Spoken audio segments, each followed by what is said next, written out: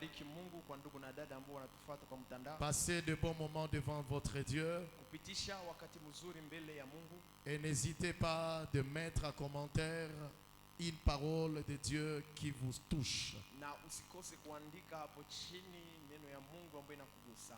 Alors bien-aimés dans le Seigneur, Na sasa mpendwa ndani ya Bwana, Dieu nous a mis à cœur Mungu ametuweka moyoni de partager ces grands thèmes kugawa hii somo kubwa dont nous ne croyons pas avoir tout épuisé. ambao hatuamini ya kwamba tumeshota yote, Et cependant nous croyons que le Saint-Esprit a déposé ce qu'il devrait déposer. lakini tunaamini ya kwamba Roho Mtakatifu ataweka yale ambayo angeweza kuweka, Le Saint-Esprit a déposé ce qu'il devrait déposer. na Roho Mtakatifu ameweka ile ambayo angepasha kuweka, Et nous croyons que dans la continuité, na tunaamini ndani ya uendelea le Saint-Esprit nous permettra que nous puissions revenir sur certaines choses. na Roho ataruhusu ya kwamba turudilie mambo fulani. Et pour ceux qui n'étaient pas là tout au long de de 2 semaines, Na kwa wao ambao kukuwa hapo juma mzima, juma hizi mbili, nous étions en train de prier pour vous.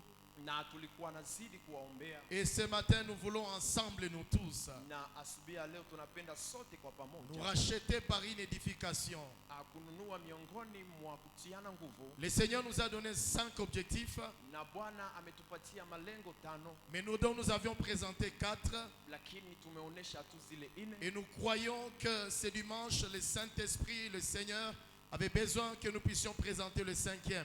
Na tuamini ya kwamba ni kwa neema ya Mungu ndio ataruhusu tuweze kuonesha pia ile yake ya Mais 5. vu l'importance et l'intérêt de certaines choses dont Dieu nous a mis à cœur, Lakini kuangalia umuhimu ya mambo ambayo Mungu alituweka moyoni, les 5 points va être communiqués. ile ya 5 itapaniwa tu. Mais nous croyons que nous allons revenir en termes de prédication sur ça. Lakini ninaamini tutarudilia kwa namna ya mahubiri juu yayo. Le thème central, c'était les bases bibliques d'une destinée réussie. Na somo kubwa ilikuwa misingi ya kibibilia ya hatima ambayo inawezekana. Et d'entrée de jeu, nous étions en train de dire, Na kupitia ile tulikuwa nasema il y a la différence entre un appel, kuna utofauti kati ya mwito, une vocation mwito na jina, et une destinée. vile vile na hatima. Et pour arriver à la destinée, Na ili mtu afikie hatima, c'est que l'homme doit passer par la vocation, ni kusema mtu inabidi apitie ndani ya il doit mwito, passer par l'appel na inabidi pia apitie jina pour atteindre la destinée. ili afikie La hatima. destinée elle est plus grande plus que l'appel. Hatima inakuwa kubwa kushinda La jina, destinée elle est plus grande plus que la vocation. na hatima inakuwa kubwa kushinda Mais mwito. cependant, la vocation et l'appel épousent la destinée. Ndipo hapo mwito na jina inaambatana na hatima. Et nous étions en train de surfer autour de cette pensée. Na tulikuwa na ruka juu ya hii mawazo, Ce qu'il faut savoir pour réussir sa destinée. ile ambayo inabidi kujua ili kuweza hatima. Alors 5 objectifs animaient le cœur de Dieu pour nous. Na sasa zile lengo 5 ambazo zilijaa moyo wa Mungu juu Le yetu. premier, c'était d'amener le chrétien, le peuple de Dieu de l'arche qui range.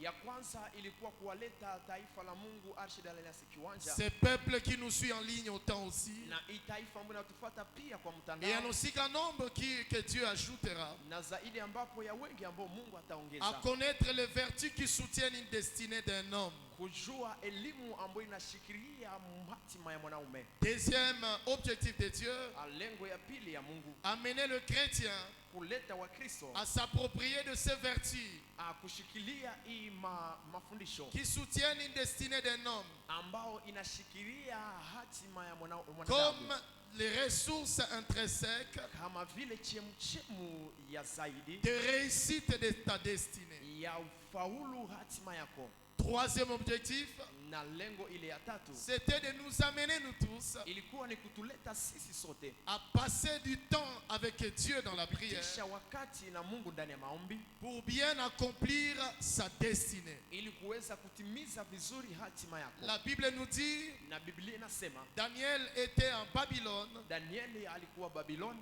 mais il ne s'est pas déconnecté de la prière. lakini yeye hakujitenga na maombi. Et la Bible nous dit, il priait priait 3 fois le jour. Na Biblia inasema aliomba mara 3 kwa siku. C'est que la prière n'est pas une petite histoire. Ni kusema maombi si historia ndogo. Au regard de tout ce que nous avons compris et écouté, Kwa muonekano ya mambo yote ambayo tulisikiliza na beaucoup de kuona, personnes malonisent l'œuvre de la prière. watu wengi wanashusha matendo ya maombi. Est-ce c'est par hasard que cela arrive dans leur vie? Je, ile ni kwa ghafla inafika ndani ya maisha yao? Pas du tout. Hapana. Parce que dans Romains 10, 17, la Bible nous dit, Ndani ya Waroma 10:17 Biblia la inasema foi vient de ce que l'on attend. imani inatokana na ile ambayo tunasikia. Proverbe est en train de dire, Mhubiri kunasema si tu vois un homme habile dans ses œuvres, Mezali anasema ukiangalia mtu ndani ya matendo yake, sache qu'il se tienne à côté de roi. jua anashimama pembeni ya mfalme. L'apôtre Jacques pouvait dire ceci aussi. Na mtume Yakobo angeweza kusema hivi. Dans Jacques chapitre 1er, Ndani ya Yakobo sura ya le kwanza verset 17, 17 il dit toute grâce excellente, anasema neema zote za tout don ajabu parfait na kila zawadi nzuri vient au Père de lumière, inatoka mbele ya Baba wa auprès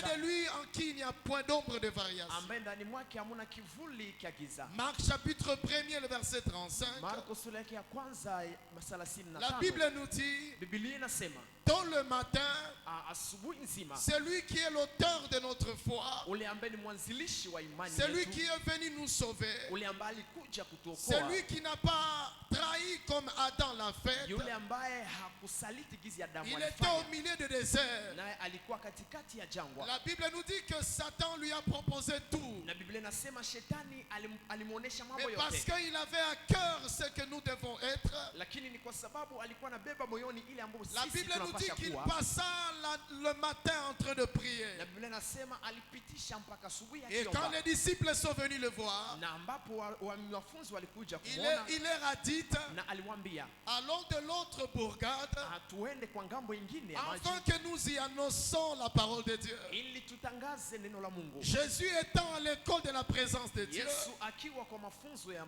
c'est que Dieu lui a communiqué ses volontés au travers de la ni prière. kusema Yesu alimpatia mapenzi yake Il n'y kupitia a maombi. aucune destinée qui peut être réussie Hakuna hatima ambayo inaweza faulu si elle n'a joué pas la vérité de Dieu au moment Kama qu'il faut. haiambatane na kweli ya Mungu kwa wakati Quatrième mwafaka, intérêt de Dieu autour de ce programme. kwa sababu ile ndio kitu ya Mungu katikati ya mpango. Non seulement autour de ce programme, Hapana tu katikati ya mpango, mais quatrième intérêt de Dieu qui va nous amener à mieux finir l'année, lakini faida ingine ya Mungu ambayo itatubeba tumalize mais mwaka aussi mzuri à mieux introduire l'année. na vizuri kuanzisha kiingilio C'est mwaka d'amener mzuri, le peuple de Dieu ni kuleta taifa la à Mungu connaître le Seigneur par sa parole. kwa kumjua Bwana kupitia neno lake. Le monde est dans le déséquilibre. Dunia inakuwa ndani ya La changamoto. Bible me déclare dans les psaumes, Biblia yangu inasema ndani ya il Zaburi, envoya sa parole na akatuma neno et lake sa parole est na guérie. neno lake likawaponya. C'est-à-dire que le monde est déjà malade. Ni kusema dunia inaugua Les tayari. institutions sont en défaillance. Ndani makampuni zinakuwa ndani ya giza, Les entreprises sont en défaillance. kazi nyingi zinakuwa ndani ya mabomoko, Le couple ou le mariage est un problème. na ndoa nyingi ziko ndani ya shida. La jeunesse est un problème.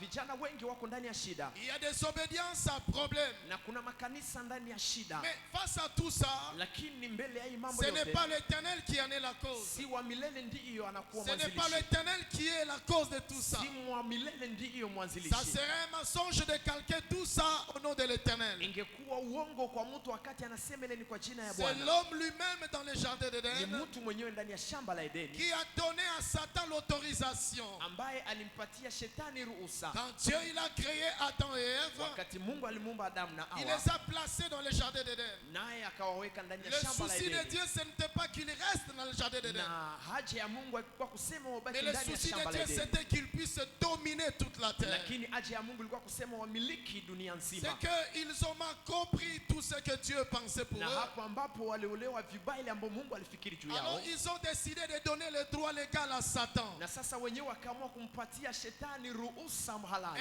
ainsi en est-il la continuité na jusqu'aujourd'hui. hivyo inaendelea mpaka leo hata À kwetu. chaque fois que toi et Kwa moi, kila wakati mimi na nous wewe foulons au pied la parole de Dieu tunapenda kutia mchini neno la sans Mungu que tu ne le saches. bila kujua, Mais j'aimerais que tu le saches ce na matin. nilipenda uelewe Tu siku ya leo. donnes à Satan le droit légal d'agir dans ta vie. Unapatia shetani ni lazima halali aingie ndani ya maisha Alors il y yako. a plusieurs d'entre nous. Na kuna wengi miongoni mwetu Nous avons donné à Satan le droit légal de manipuler notre vie. tumepatia shetani sheria halali ya kuingia ndani ya maisha Nous yetu. nous sommes en train de dire, Na sisi tuko nasema amener le peuple de Dieu kuleta taifa la à Mungu connaître le Seigneur kuelewa Bwana par sa parole. kupitia neno lake. Dans Jean chapitre 8, Ndani ya 32, Yohane la Bible déclare, Biblia inasema vous connaîtrez la vérité, nanyi mtajua kweli elle vous affranchira. na itawaweka huru.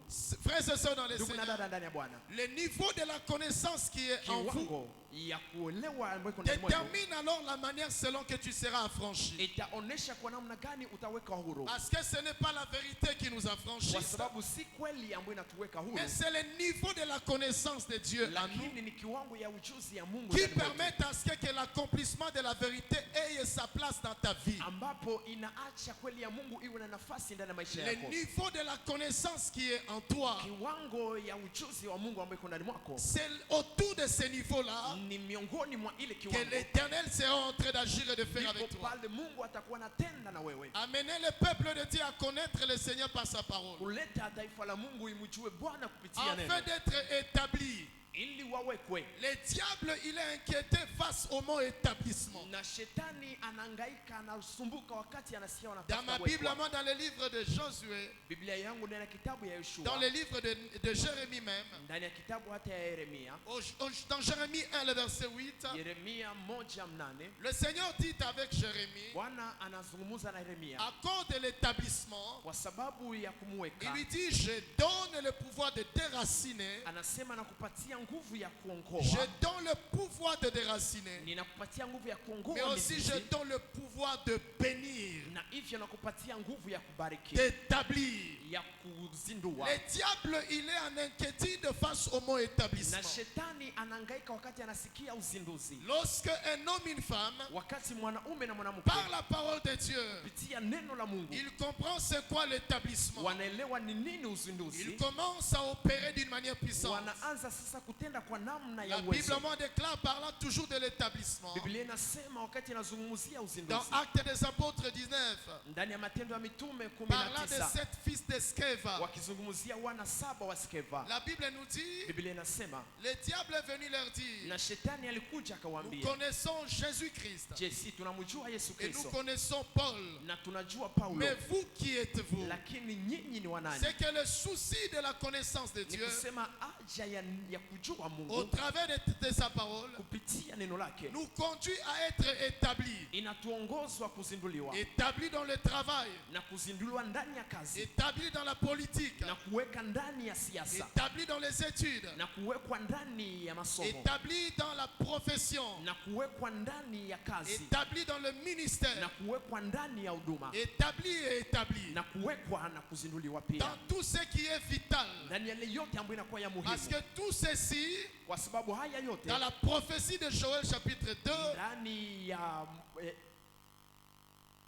Joël chapitre 2, ndani ya Yoeli sura ya pili, le Seigneur nous ouvre la connaissance Mungu anatufunulia à ujuzi une partie de la prophétie qui doit être kwa accomplie kiwango moja ya ushuhuda ambayo inabidi et timilike une autre qui attend le retour avant le retour na du Seigneur. yengine ambayo inachunga kurudi kwa Bwana. Le Seigneur dit, je répandrai de mon esprit sur toute Na chair. Bwana naye anasema nitaweka roho yangu juu ya kila C'est que mwili. le souci de Dieu, c'est d'établir les hommes et les femmes. Ni kusema aje ya Mungu ni kuweka wanaume na De wanawake les établir partout.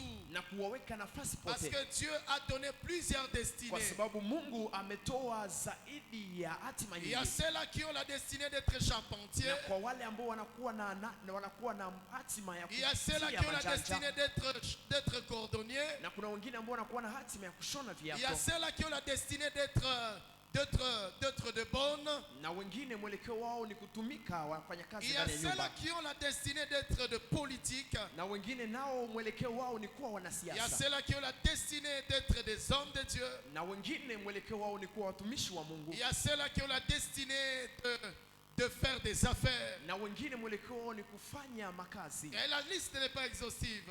na orodha haishe. Derrière tout ça, Na nyumba ya mambo Dieu hayo yote, a à cœur d'amener la vie. Mungu anayo moyoni ya kuleta maisha. Et toutes les personnes qui accèdent à la vie de Dieu au travers de nous. Kila mtu ambaye anafikia maisha ya Mungu kupitia C'est sisi. pourquoi dans Jean 10, 10, la partie B, Ndio maana ndani ya Yohana 10:10 kwa pointi le ya Seigneur B, déclare cette parole. Bwana anakiri hii neno. Il dit dans Jean 10, Anasema ndani ya Yohana il dit 10, le diable ne vient que pour voler, tuer et égorger. anasema ya kwamba shetani anakuja ili auwe Mais na le Fils de achinje, l'homme vient lakini mwana wa watu anakuja afin que nous ayons la vie ili sisi tuwe na maisha et que nous l'ayons en abondance. na tuwe ndani ya utele. C'est de ces mots ici qu'on peut parler de la vie Zoé. C'est la vie de Jésus. Ni kupitia maneno ndio tunasema maisha zoe, maisha ya Yesu. Cinquième objectif que poursuivrait le Seigneur, Lengo ya tano ambayo Bwana alikuwa c'est anafuatilia d'amener le chrétien, ni kuleta Wakristo, d'amener le peuple de Dieu kuleta taifa la Mungu à connaître par sa parole ya kuelewa kupitia neno lake la réalité au sujet de la seconde venue du Seigneur. kweli ambazo zinahusu kwa kurudi ya pili ya Bwana, C'est autour de ça que je devrais parler aujourd'hui. na ni miongoni mwa ile ndipo Nous ningezungumzia leo, mettre en lumière par la parole de Dieu na kutuweka kwa mwangaza kupitia neno la au Mungu, regard de ce qu'on appelle la seconde venue de Jésus. kuona ile ambayo tunaitwa kurudi kwa pili kwa Yesu, Pour que quelqu'un ne puisse pas être en tâtonnant. ili mtu asiwe na kusita sita. Mais le Seigneur a tout aligné. Lakini Bwana yeye alinyoosha yote, Nous allons y arriver par la grâce de Dieu. na tutafikia tu kwa neema ya Mungu. Et voici ce qu'a été le canevas de ce programme. Na tuangalie ile ambayo ilikuwa orodha ya Nous avons mpango, introduit ce thème na tuliongilia Aisha hii et hii nous avons msomo, abordé le deuxième point na tukaingilia pia pointi ya qui nous pili conduisait à parler de la stabilité intérieure. ambayo ilituongozwa kuzungumzia amani ya ndani, Nous avons parlé de ce que la stabilité intérieure ne na pas. tulisema ile ambayo amani ya ndani sio, Nous avons aussi également parlé de ce que est la stabilité na intérieure. tulisema ni nini amani ya ndani Dans la marche de la destinée d'une personne. ndani ya mwendo ya hatima ya mtu mmoja. Mais j'aimerais vous faire l'office, j'aimerais vous faire la joie de savoir ce que est la stabilité intérieure. Lakini nilipenda niwafurahishe kujua ni nini amani ya ndani. C'est la capacité à faire une résilience Ni kuwezo ya kufanya kuambatanisha entre mon passé négatif katikati ya maisha yangu mabaya et mon avenir de gloire. na maisha yangu ya utukufu. Dans le mot gloire, Ndani ya neno utukufu, Dieu attache la destinée. Mungu anaambatanisha La hatima. destinée, elle s'élève pour le Seigneur comme Na. un élément de gloire. Hatima inainuka kwa Mungu kama vile namna ya utukufu. Comme Dieu veut que tu réussisses ta destinée, Gizi Mungu anapenda uweze hatima mais yako, Dieu voulait enlever en toi et en moi les éléments négatifs. na Mungu alipenda aondoe ndani yako na ndani mwangu mambo mabaya, Le passé négatif. siku ambazo zinapita zibaya. C'est quoi un passé négatif? Ni nini wakati mbaya ambao C'est unapita? un esprit qui vous fait croire Ni roho ambayo inakuaminisha négativement kinamna ya vibaya et d'une manière égoïste. na kwa namna ya kipekee, D'une manière égoïste. kwa namna ya upekee. Jésus parla de fils de Zébédée Yesu alizungumzia wana wa Zebedayo, qui étaient venus yeye ambaye alikuja au travers de leurs parents kupitia mzazi wake demandant au Seigneur akiomba Bwana si cela est possible kama yale que yanawezekana, l'un siège à sa gauche, mmoja aketi kwa mkono que wake wa l'autre siège kushoto à sa droite. na mwingine kwa mkono wake wa kuume. Jésus les regarda Na Yesu akawaona et il poussa cette parole. na akasukuma hii Il neno, dit, vous demandez quelque chose de plus difficile. akawaambia munaomba kitu kigumu Si zaidi. vous serez capable de boire à la coupe qui m'attende, Kama mungeliweza kukunya kikombe ambacho si vous kinanichunga, serez capable de monter avec moi sur le lieu du crâne, kama mungeliweza kupanda pamoja nani kwa alors nafasi ya votre mifupa, requête est déjà d'avance exaucée. na sasa mawazo yenu tayari ingekuesha Beaucoup jibiliwa. de personnes de nous, Watu wengi miongoni mwetu, quand on nous attend demander à Dieu certaines choses, wakati wanatusikia tukiomba Mungu mambo un fulani, homme demande le mariage, mtu mmoja anaomba ndoa une demoiselle demande le mariage, na msichana mmoja anaomba un ndoa, homme veut à ce que Dieu l'élève à son travail. na ule mwanaume anapenda Mungu amuinue kwa Une kazi, femme voudrait à ce que la voie soit ouverte pour pour qu'elle commence à faire du commerce. na mwanamke naye anapenda njia zifungukwe ili aanze kufanya Mais quand on biashara. essaie un peu de scruter là à l'intérieur, Lakini wakati wanapima kutizama humu on ndani, réalise que la plupart des personnes nous demandons avec un sentiment égoïste. na kwa mwisho tunatambua kwamba wengi wanaomba pamoja na moyo wa Or, umimi, la destinée n'a pas le sentiment égoïste. ijapokuwa mwelekeo haina moyo wa umimi. Beaucoup de personnes, Watu wengi quand on les regarde en réalité, wakati wanaangalia kwa c'est que kweli, c'est les sentiments égoïstes. ni kusema ni haja ya umimi, D'où la stabilité intérieure. ambapo amani ya Elle ndani vient nous révéler inakuja kutufunulia pour quelle fin nous sommes en train de demander quelque chose. kwa nini tuko naomba kitu fulani, Et la stabilité intérieure nous conduit à faire une résilience. na amani ya ndani inatubeba kuambatanisha C'est moja. pourquoi l'apôtre Paul dit dans ses épîtres, Ndio maana mtume Paulo anasema ndani je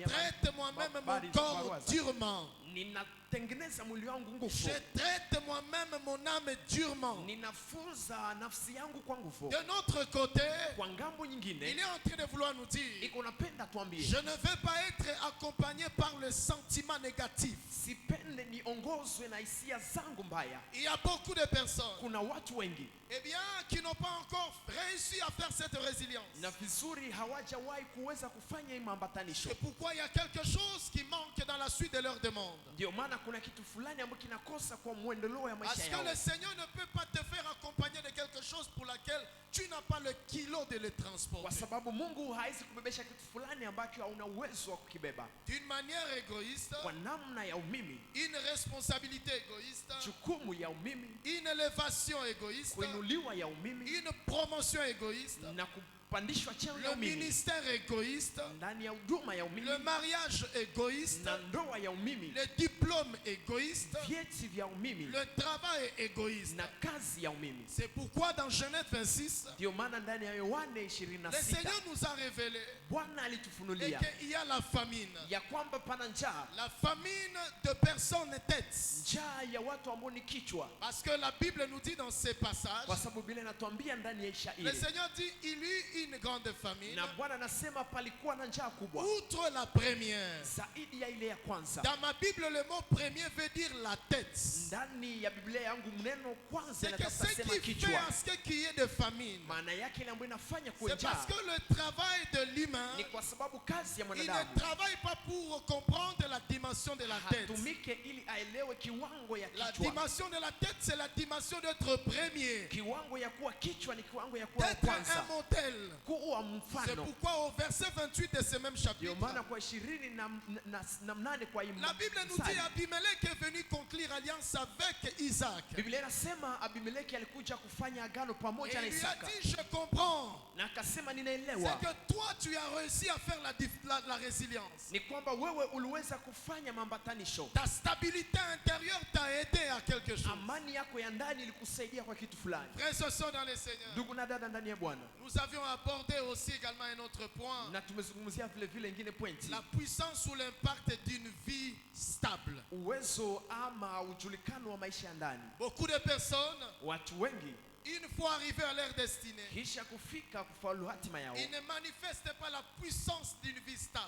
hawaoneshe nguvu ya maisha ya ndani. Si tu ne fais pas la résilience avec ton passé, Kama hauone maisha yako ya ce kupita, qui fait que ce que tu vas appeler la destinée ile ambayo utaita hatima va exposer au travers des humains na itaonesha kupitia wanadamu ton manque de l'instabilité. ukosefu wako wa amani ya ndani, La puissance ou l'impact d'une vie stable intérieure. nguvu ama ujulikano wa maisha ya ndani Elle nous aide de deux choses. inatusaidia kwa mambo mawili. Elle nous aide à vaincre l'anarchie. Inatusaidia kushinda uongozi. Une fois qu'on est élevé, Mahali ambapo unainuliwa. un jour j'étais avec un intellectuel. Siku moja nilikuwa na msomi Je lui ai posé juste seulement une petite question. na nilimswali tu swali ndogo, Je lui ai dit, na nilimwambia, est-ce que c'est possible d'avoir même tes notes de premier graduat? je, inawezekana hata uko na maandiko yako ambayo uliandika kwa Voici masomo? ce qu'il m'a dit. Si kile ambayo alisema, Homme de Dieu, j'ai tout déjà brûlé. mtu wa Mungu, nishaunguza vyote. Frères et sœurs dans le Seigneur, Ndugu na dada ndani ya Bwana, la puissance de la stabilité, uwezo wa amani ya ndani elles me permettent de vaincre l'anarchie. inaniruhusu kushinda uongozi. La plupart des personnes souhaitent que Dieu les élève. Watu wengi wanafurahia Mungu awainue, Mais la plupart des personnes lakini wengi sont miongoni en mwao train d'être les arnaqueurs que le diable utilise pour arnaquer le peuple. wako wawizi ambao shetani anatumikisha waibe taifa, Satan commence à les utiliser pour arnaquer le peuple. na shetani anawatumikisha ili waibe taifa, Et ça fait partie de méthodes que Satan utilise avant le retour de na Jésus. ile inakuwa miongoni mwa mbinu ambayo shetani anatumikisha mbele ya kurudi kwa Yesu. La puissance et l'impact d'une vie stable, Uwezo na ujulikano wa maisha ya ndani elles permettent à quelqu'un de vaincre l'anarchie. inaruhusu mtu kushindana na uongozi. C'est vrai que tu es entré dans ces mariages. Ni ndio umeingia ndani ya ile ndoa, C'est vrai que toi, tu as déjà ton mari. ni kweli wewe unakuwa na mume wako, Mais maintenant, regarde à quelle heure tu te lèves. lakini angalia kwa namna gani unainuka. Regarde à quel moment tu te lèves le matin. Angalia kwa wakati gani unaamuka asubuhi. Rien n'est rassurant même dans les vies de couple. Hakuna kitu ambacho kinakuwa na uhakika hata ndani ya maisha ya Telle n'est pas ndoa. ma prière pour toi. Haiko maombi yangu kwako, Telle n'a jamais été ma prière pour tous les achats et les achoises. na haijawahi kuwa maombi yangu kwa Mais je watu wote wa voulais dire kanisa à hili. quelqu'un, Na nilipenda kumwambia tant que mtu nous sommes dans cette chair ici, zaidi ambapo tuko kwa hii madhabahu la hapa, Bible déclare, Biblia inasema, je dis donc, ninasema sasa, marchez selon l'Esprit de Dieu mtembee kulingana na roho wa et vous Mungu n'accomplirez pas les désirs de la na chair. mtatimiza tamaa za mwili. Si cet homme et cette femme Kama mwanaume na ne mwanamke suivent pas le processus je dirais de la gloire, hawafate njia ya utukufu, c'est que tout peut arriver à n'importe quel moment. ni kusema yote inaweza kufika kwa nafasi kwa Cet saa homme qui zote. t'a honoré à la commune, Ule ambaye alikuheshimisha kwa serikali il peut décider na anaweza amua de te détourner de dos. na kukugeukia mgongo. C'est pourquoi dans Ephésiens que nous allons lire bientôt, Ndio maana ndani ya Waefeso ambao tutasoma hapa il sasa, dit, je souhaite que vous atteigniez la stature de Christ. anasema natamani mfikie umbo wa Yesu Cher Kristo. papa, chère maman, Mama na baba, est-ce que vous comprenez les réalités dans lesquelles vous êtes? je, mnaelewa kweli ambao mlimo ndani Tout mwake? peut arriver à n'importe quel moment. Yote yanaweza kufika kwa nafasi Rien kwa n'est saa zote. rassurant sur cette terre tant que nous sommes là. Hakuna kitu kia uhakika wakati Nous, tuko nous hapa devons duniani. vaincre l'anarchie. Tunaweza kushindana na mwongozi. C'est pourquoi entrer dans une vie Ndio maana kuingia ndani ya maisha sans fulani connaître les attentes de Dieu, bila kujua matarajio ya Mungu c'est comme ce que j'ai toujours ni appelé, kama vile nazoea tu kuita, vous devenez comme un mouton qu'on amène à l'abattoir. unakuwa kama vile kondoo anabeba machinjoni. Je le parle à l'école de bons et de fidèles serviteurs. Na ninaizungumzia mara mingi kwa masomo ya Entrer dans le ministère, watumishi wazuri, kuingia entrer ndani, dans le mariage, kuingia ndani ya huduma na occuper les ndoa, fonctionnalités les plus élevées, kuchukua maongozi sans moja savoir umeinuliwa ce que Dieu attend. bila kujua ile ambayo Mungu anatarajia. C'est comme un agneau qu'on mène à Ni l'abattoir. kama vile kondoo ndio anabeba machinjoni. Et bientôt, Na hapa sasa, Jésus, lui, quand on l'amena à Yesu yeye l'abattoir, wakati walimubeba, la Bible déclare il n'a pas ouvert la bouche. Biblia inasema hakufungua kinywa. Mais bientôt, Lakini wewe hapa sasa tu vas ouvrir la bouche. utafungua kinywa. Bientôt, Hapa sasa tu vas ouvrir la bouche. utafungua kinywa. Tout bien-aimé dans le Seigneur, Yote wapendwa ndani ya Bwana, l'impact ou la puissance d'une vie stable intérieure, uwezo na ujulikano ya maisha ndani elle nous ya amani conduit et nous aide à vaincre l'anarchie inatuongoza na kushindana na que nous mwongozo vivons à nos jours. ambao tunaishi kwa wakati wetu, Grâce à l'anarchie que le diable a fait réussir dans la société. kwa neema ya mwongozo ambao shetani aliwezesha ndani ya jamii. Voici ce que plusieurs d'entre nous, nous avons fini à croire. Angalia ambao watu miongoni mwetu tumemalizika tukiamini Croyons qu'une vie instable, c'est normal. kuangalia maisha ya kutetemeka ni kawaida, Nous croyons qu'une vie instable, c'est normal. na tunaangalia maisha ya kuishi utetemeko ni ya Frères et sœurs dans le kawaida. Seigneur, Ndugu na dada ndani ya Bwana, deuxième des choses que veut dire la puissance, kitu ya pili ambayo natafuta sema uwezo, elle vous permet de découvrir celui qui est l'eau de la vie. inawaruhusu kutambua ni nani maji ya uzima.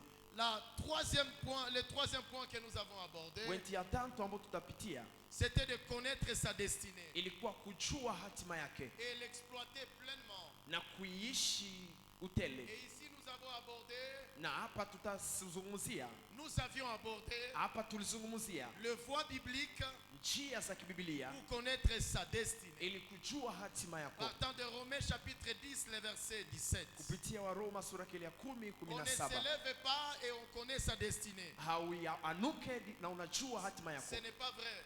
Si kweli. On ne s'élève pas et on connaît directement sa destinée. Hawezi amuka na unajua hapo hapo Mais hatima quand nous yako. lisons dans Romains 10, 17, Lakini wakati tunasoma ndani ya Waroma 10 17, si il est vrai que plus nous passons du temps au devant de la parole de Dieu, kama ni kweli zaidi tunapitisha wakati mbele ya neno la elle Mungu, nous ouvre les yeux au sujet de la foi. inatufungua macho kulingana na imani. Ce texte aussi également est en train de nous dire, Na ishairi vile vile kunatuambia plus je passe continuellement mon temps devant Dieu, devant sa zaidi parole, napitisha wakati kila siku mbele ya neno la j'ai mille Mungu, et une chances de connaître ma destinée. ninakuwa na mamilioni ya bahati ya kujua hatima yangu. La Bible moi déclare dans Acte 13, Biblia yangu nasema ndani ya Matendo 13, l'apôtre Paul, mtume Paulo il s'est trouvé au milieu des serviteurs de Dieu alijikutana katikati ya watumishi wa qui Mungu étaient en train de prier. ambao walikuwa naomba Ils étaient au devant de la parole de Dieu. na walikuwa mbele ya neno la Et Mungu. c'est là que Dieu a dit par le Na ni Saint-Esprit, hapo ndipo Mungu alisema kupitia Roho mettez à moi Mtakatifu, Saul et Barnabas munitilie pembeni Saulo na pour Barnaba l'œuvre pour laquelle je les ai destinés. kwa ajili ya kazi ambayo nitawapatia. Nous avions donc parlé de la parole de Dieu. Na tulizungumzia basi neno la Mungu, Nous avions abordé le bienfait de la parole de Dieu dans la destinée.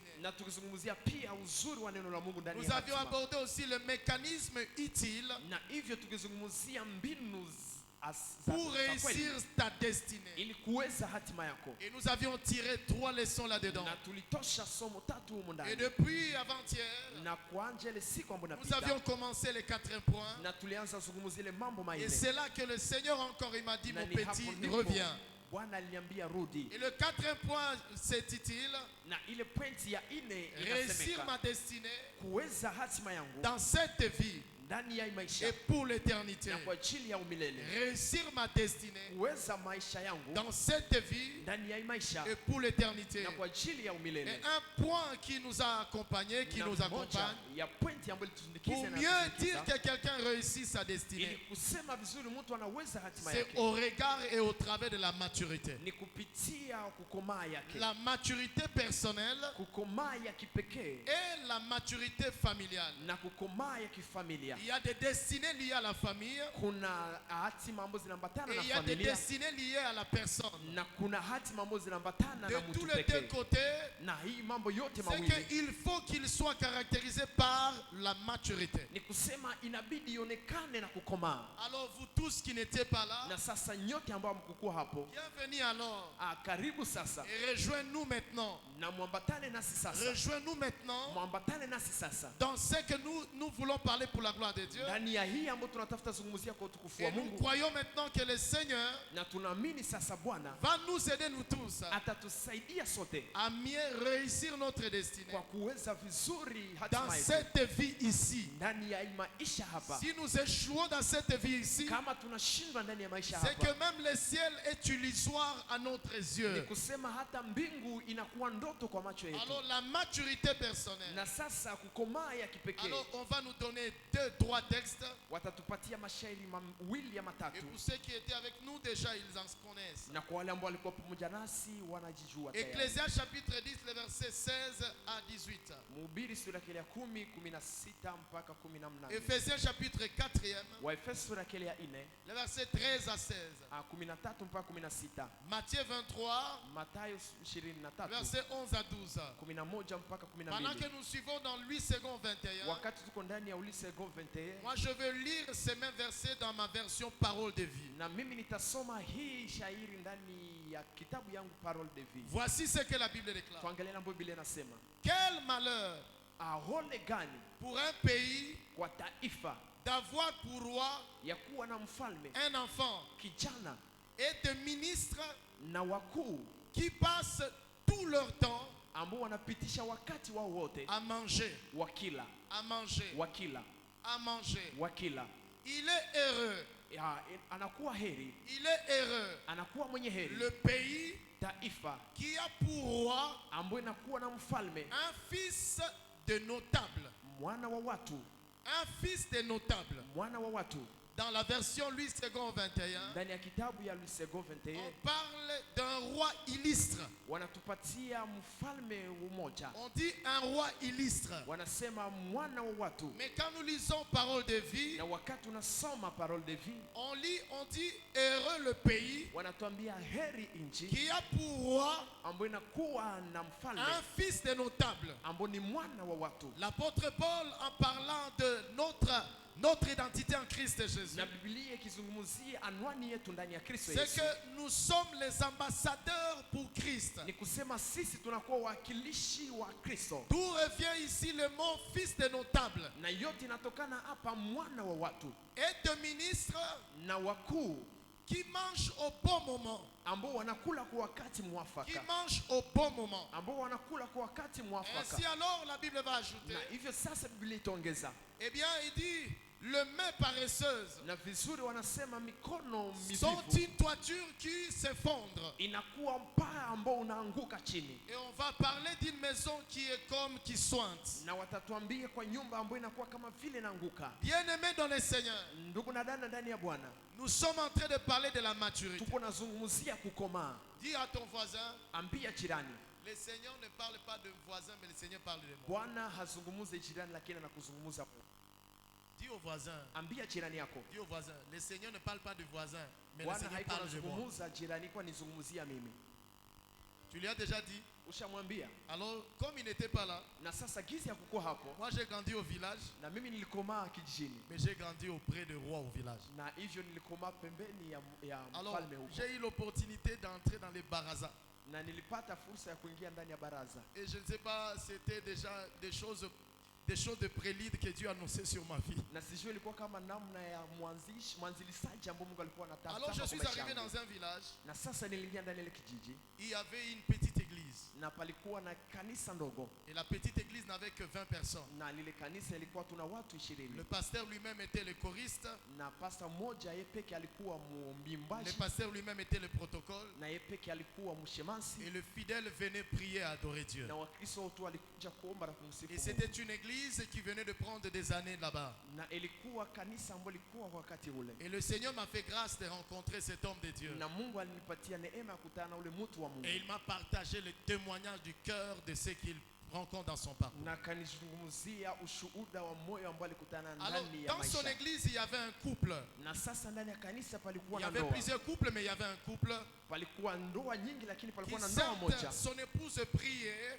ambapo mke wake alikuwa mais à naomba, un moment donné, elle s'est sentie épuisée. lakini kwa wakati mmoja alisikia kuishiwa na nguvu, Elle est venue partager à son pasteur na akakuja kuambia pasta pour wake que son pasteur le lui accompagne dans la prière. ili pasta amusaidie ndani ya Et maombi. comme son pasteur c'était un homme intègre, Na gizi pasta alikuwa mwaminifu, et il savait le protocole de servir Dieu, na alikuwa na mwonekania wa kumtumikia Mungu, il ne pouvait pas lapider le peuple de Dieu, hangepiga taifa la Mungu, mais il le prenait dans ses prières. lakini alikuwa anawachukua ndani ya maombi Il le yake, prenait même dans la parole de Dieu. na aliwachukua pia ndani ya neno la Mungu. Alors ce couple Na sasa ile ndoa était le couple de qui? ilikuwa ndoa ya nani? Était le couple de?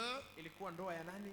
Était le couple d'André. Ilikuwa ndoa ya Andrea. Alors l'épouse d'André est allée voir le pasteur Ile ndoa ya Andrea ilienda kumwona pasta, et lui a dit au pasteur, na ikimwambia pasta, ça fait un bout de temps inafanya wakati moja et André n'est plus fidèle à moi. ya kwamba bwana wangu Andrea haiko mwaminifu kwangu, Je viens de découvrir beaucoup de choses. na nimetambua, nimechunguza mambo Et en mengi, dehors de ça, na nchi ya ile c'est que non seulement que André a des femmes dehors, ya kwamba si tu Andrea anakuwa na wanawake nje, mais André est en train de coucher aussi avec de jeunes sœurs à l'église. lakini pia Andrea anakamatana na wasichana Mais non kanisani. seulement ça, Hapana tu ile, mais André aussi également est en train de s'enivrer. lakini pia Andrea anakamata ulevi. Alors un jour, le pasteur Na sasa siku moja pasta prêche la parole de Dieu anahubiri neno la et Mungu, sans pour autant faire allusion au problème du couple. lakini ye bila kuangalia shida ya ile Mais ndoa. ce jour-là, il dit, dit, Lakini ile siku anasema ça fait mal au cœur de Dieu inaumiza moyo wa Mungu lorsqu'on peut venir devant Dieu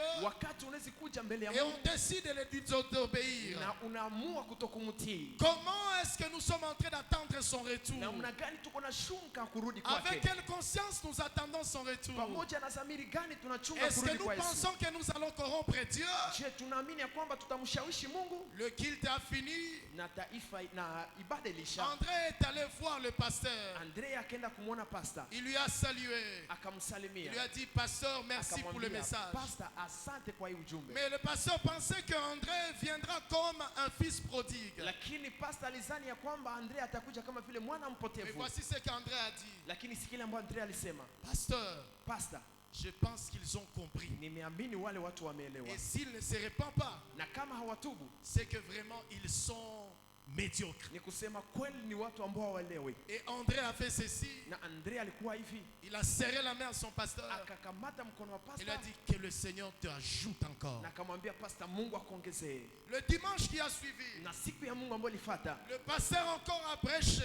yule pasta tena Il a akahubiri, prêché avec amour. akahubiri pamoja na Il a dit upendo, le Seigneur revient bientôt. akasema Yesu anakuja En sasa, revenant bientôt, na kwa kurudi sasa cela ne doit pas constituer en vous la peur. ile haezi ingia ndani yenu kama woga, Parce que la Bible déclare, kwa sababu Biblia inasema il vous a transporté aliwachukua du royaume des ténèbres ndani ya ulimwengu wa à son giza admirable royaume de na lumière. akiwaingiza ndani ya utukufu Mais wake le Seigneur wa déclare, ajabu. Lakini Bwana anasema Il vous donnera des couronnes. atawapatia Il vous taji, donnera des récompenses. atawapatia malipo. Si tu as conscience des récompenses, Kama tu uko na dhamiri ya malipo, comment tu peux traîner tes pieds dans la boue? namna gani unaweza acha miguu yako ndani ya Comment tu peux matope? traîner ton cœur dans la soumission? Namna gani unazingiza moyo wako ndani ya kujishusha? Le culte a fini. Na ibada ilisha, André est allé voir le pasteur. Andrea tena akaenda kumwona Et pasta, lui a dit, pasteur, akamwambia pasta, le message était tellement merveilleux. ujumbe ilikuwa mzuri Et zaidi, il a ajouté, na akaongeza, je pense qu'ils l'ont compris. ninaamini tena wameelewa Et wale watu, s'ils n'étaient pas là aujourd'hui, na kama wangekuwa hapo, je crois ninaamini que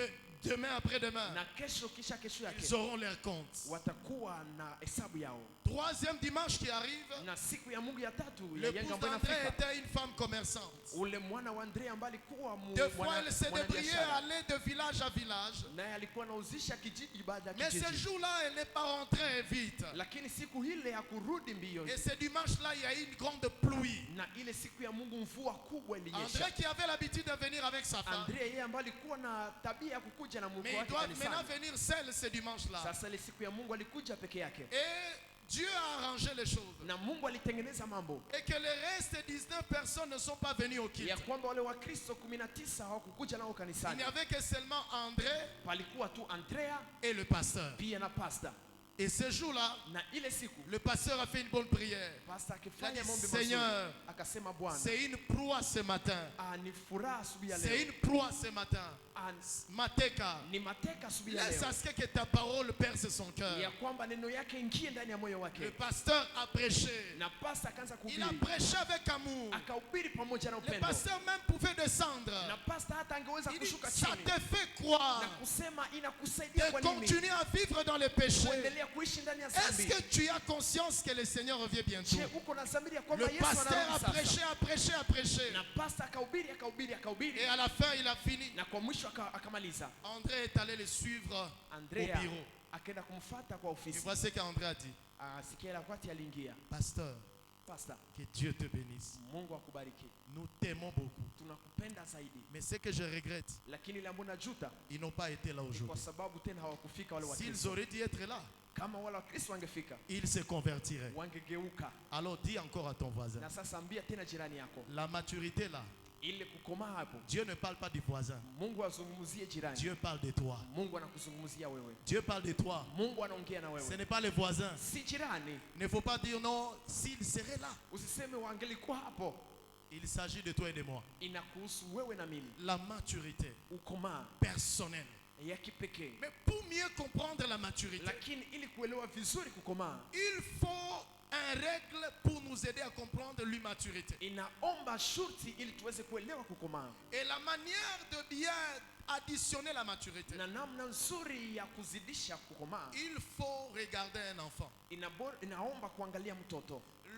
l'immaturité spirituelle kutokukomaa ya se kiroho révèle par l'immaturité physique. inajifunua kupitia uchanga wa Et kimwili. tenez 10 choses à ce qui concerne l'immaturité. Tukamate mambo 10 ambayo inahusu kutokukomaa. L'immaturité vous rend inutile dans votre destinée. Uchanga inakufanya wabure ndani ya hatima yako. Oh peuple de Dieu de l'Arche, Taifa la Mungu la Arshe, Dieu veut que nous réussissions notre destinée. Mungu anapenda tuweze ndani ya Mais il n'y hatima a yetu. aucune destinée qui peut se réussir Lakini hakuna hatima ambayo inaweza sema kuweza sans la maturité. bila kukomaa. Dans Josué chapitre 6, Ndani Josué chapitre 6, ndani ya Yoshua sura kile la 6. Bible va parler de Rahab la Biblia prostituée. itazungumzia Rahabu Elle mkaba, était au pied de Jéricho. na alikuwa kwa miguu ya Yeriko, Elle pensait avoir atteint la sommité.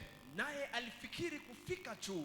Dans Jean chapitre 4, Ndani ya Yohana sura kile ya la 4, Bible nous parle de la femme au puits de Jacob. Biblia inatuzungumzia kwa mwanamke wa kisima ya Elle peut Yakobo, se vanter du puits de Jacob, na angeweza kujitapa na mais kisima elle ya ne connaît Yakobo, pas ce que Jacob a fait. lakini hajua ile ambayo Yakobo alifanya, Parce qu'elle dit que le puits est profond. kwa sababu anasema kisima kiko ndani Le zaidi. puits est profond. Anasema kisima ni Quand kina Jacob zaidi. a rencontré le Seigneur, Wakati Yakobo alikutana na Bwana, Jacob a été profond avec Dieu. Yakobo alikuwa ndani ya kilindini pamoja Bien na aimé Mungu. dans le Seigneur, Wapendwa ndani ya Bwana, l'immaturité rend votre destinée inutile. uchanga inafanya hatima yako ikuwe ya bure. Quand le Seigneur a éclairé sa vie, Wakati Bwana aliangazia maisha yake, elle a pris la résolution akachukua suluhisho d'aller vers la maturité. ya kuenda ndani ya ukubwa. Peuple de Dieu, Taifa la Mungu, aujourd'hui il y a la famine. leo kuna njaa, Aujourd'hui dans les entreprises, leo ndani ya makazi, dans les institutions, ndani ya makampuni, dans ce pays ici qui est la nôtre, nous ndani ya tous, taifa ambayo inakuwa yetu sote, nous souffrons. tunateseka Nous sommes au bas de l'échelle na tuko chini ya parce mwangazi, que nous sommes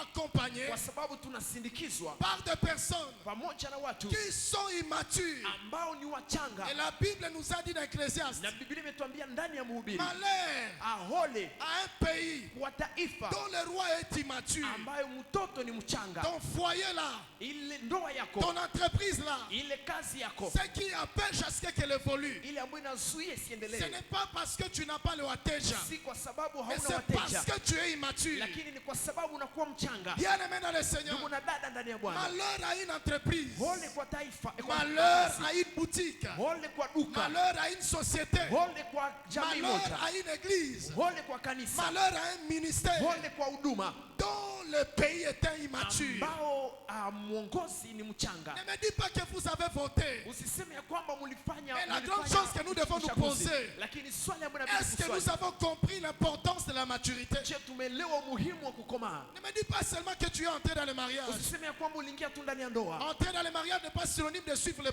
Kuingia problème. ndani ya ndoa si kiwango, si Mais Dieu a kinyume ya donné le kusema. mariage Lakini Mungu comme alipana une ndoa capacité kama vile nguvu à établir le mature, ya kuweka kukomaa à l'exposer au mature. na kuweka kuonesha kukomaa, Parce que le but de kwa Dieu, sababu lengo la Mungu c'est de faire célébrer Dieu. ni kusherekea Mungu. Dans Ephésiens 3, Ndani ya Waefeso la 3 Bible déclare, Biblia inasema c'est par ni l'église. kupitia En kanisa, d'autres termes, c'est par le kwa mature msemo mwingine ni kupitia que watu le ambao roi et le wamekomaa, prince et les dominations ndipo wale wakongozi viendront vers nous watakuja kwetu et ils sisi diront, na watasema, nous avons changé notre sisi pensée tumebadilisha à mawazo yetu cause de votre kwa état de vie. sababu ya namna yenu ya kuishi. L'immaturité, Kutokukomaa c'est celle qui fait de toi ni ile ambayo une inakufanya femme qui crie le long de la journée, mwanamke ambaye anayama une siku femme zima, qui crie pour ses enfants. mwanamke ambaye anayama kwa ajili Tu ya watoto cries wake. pourquoi? Unayama kwa nini? Tu cries pourquoi? Unalia kwa nini? Tu étais en train de demander que tu accouches. Ulikuwa Mais il naomba fallait uzae, adjoindre la maturité qui convienne. lakini iliomba kukomaa mwe na stahili. La Bible déclare, Biblia inasema malheur, ole malheur au pays ole kwa taifa dont le roi est un enfant ambaye Dont mwongozi le ni roi est mtoto, un enfant. ambao mfalme ni et le mtoto, prince qui mange tôt le na matin. waongozi ambao wanakula asubuhi kati. L'immaturité rend inutile ta destinée. Uchanga inafanya ya bure hatima yako. Deuxième des choses, Kitu ya pili, l'immaturité était danger pour la société. uchanga inakuwa shida kwa jamii. Bien-aimé dans le Seigneur, Ndugu na dada ndani ya Bwana, si dans cette vallée, kama ndani ya il y a nchi des promiscuités spirituelles, kunakuwa shida za c'est kiroho, parce que ni kwa le sababu diable a investi de jeunes, de Shetani papas immatures. amewekeza wanawake na Et ils wanaume deviennent des dangers pour la wachanga, société. na ile inakuwa shida kwa Il jamii. ne peut pas seulement voir la petite fille d'autrui. Ezi angalia tu msichana wa watu, Voici ce qu'il est en train de dire. angalia ile ambayo iko Il nasema, faut que je la drague. inaomba tu Il faut que je nimtongoze, couche avec elle. inaomba nikamatane Il ne naye. peut pas voir la femme d'autrui. Hawezi angalia mke wa watu, Commencer à envoyer des commissionnaires. anaanza kutuma La femme d'autrui kusemea. n'est pas un sujet de commissionnaire. Mwanamke wa watu si kiwango tena ya kwenda kusemea. Bien-aimé dans le Seigneur, Ndugu na dada ndani ya à Bwana, cause de ton argent, kwa sababu ya pesa à zako, cause de ton kwa pouvoir, sababu ya uwezo wako, voilà, tu es en train de détruire les enfants d'autrui. angalia uko na haribu Tu es watoto wa en train watu, de déflorer les enfants d'autrui. uko na haribisha watoto wa watu. Permettez à ce que ces enfants grandissent. Aruhusu wale watoto Laissez basi à ce que wakomae. ces enfants connaissent la destinée. Mwache basi wale watoto wajue Laissez à ce hatima. que ces enfants connaissent leur destinée. Mwache basi wale watoto wajue Mais hatima maintenant, yao. comment est-ce qu'il faut connaître la Na destinée? namna gani watajua hatima yao? Étant embrayés par les enfants que eux-mêmes, ils n'ont pas la capacité d'éduquer. Wakisumbuliwa na watoto ambao wenyewe hawana hata uwezo wa kuadibisha. L'immaturité était danger pour la société. Uchange inakuwa shida kwa jamii. C'est pourquoi je ne cesse toujours de vous dire, Ndio maana siache kuambia, nous sommes une église missionnaire. tunakuwa kanisa ya En wafanyakazi d'autres wa termes, Mungu. nous tous, Kwa msemo mwingine quand on sote, parle de l'église missionnaire, wakati wanazungumzia kanisa ya wafanyakazi wa Mungu, c'est que nous tous, ni kusema sote nous sommes le communicateur de la bonne nouvelle. tunakuwa watangazaji wa habari Je njema. prends mon temps dans la prière, dans la parole de Dieu, Ninachukua wakati ndani ya maombi na neno la pour Mungu vous communiquer, pour nous communiquer ili niwatangazie na ce qui kutangazia est digne d'être élevé. ambao ni ya muhimu kuinuliwa. Frères et sœurs, Ndugu na dada, l'immaturité kutokukomaa permet à ce que la personne devienne un danger pour la société. inaruhusu mtu akuwe shida kwa jamii. Dans Luc chapitre 15, Ndani ya Luka sura kile la Bible 15 parle des fils de Biblia prodigue inasema kwa qui est devenu un danger pour la ule société. ambaye alikuwa shida kwa Il a jamii tout lapidé. na alikamata Il a tout vyote détruit. na aliharibu vyote. Aujourd'hui, quelqu'un est en train de se poser la question. Na leo mtu yuko na jiswali, Je n'arrive pas à me retrouver dans la vie. sifike kujipata ndani ya Mais tu maisha, n'arrives pas à te poser la question. lakini haufiki Est-ce que kujiswali j'ai pia. compté aussi le nombre d'aventures que je fais? Je nilihesabu ubaya ambao nilifanya, Est-ce que j'ai réalisé aussi les choses que j'ai perdues dans cette aventure? nimetambua kweli mambo ambayo nilipoteza ndani ya ubaya. Parce que si je fais une équation mathématique, Kwa sababu kama ningefanya hesabu ya voilà le nombre kimathematiki, de bouteilles que j'ai achetées.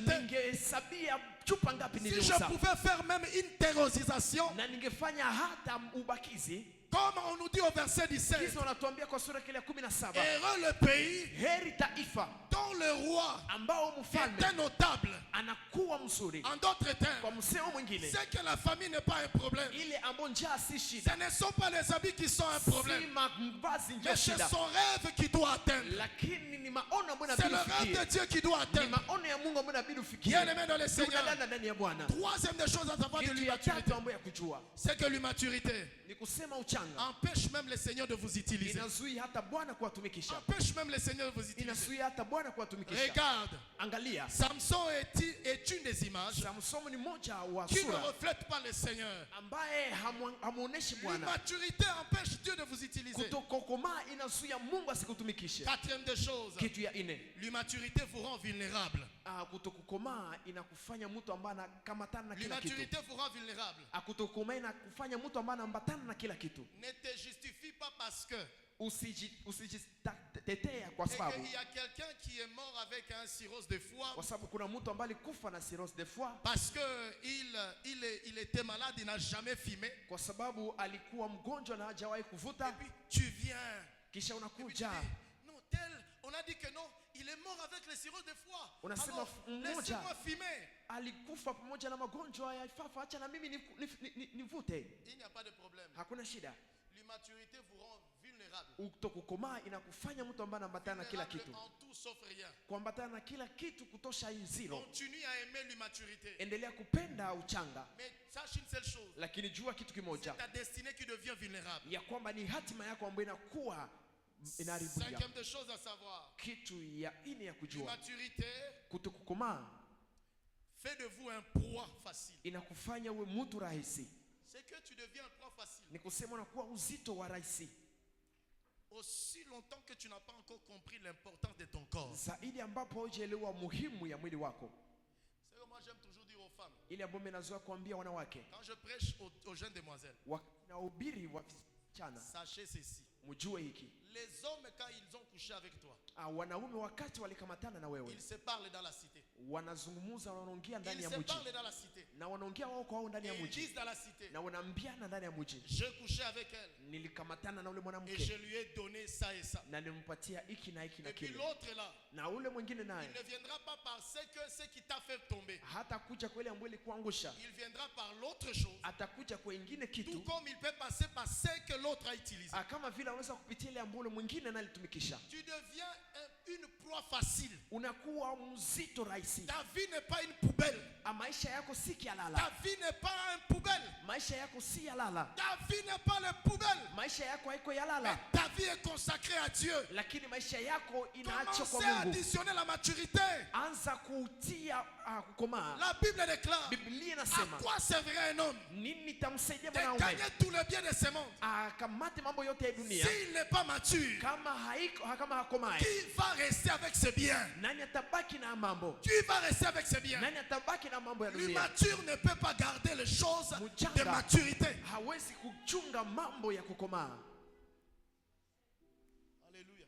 Amen, Alléluia. amen, Alléluia. amen. Frères et sœurs, Ndugu na dada, sixième des choses.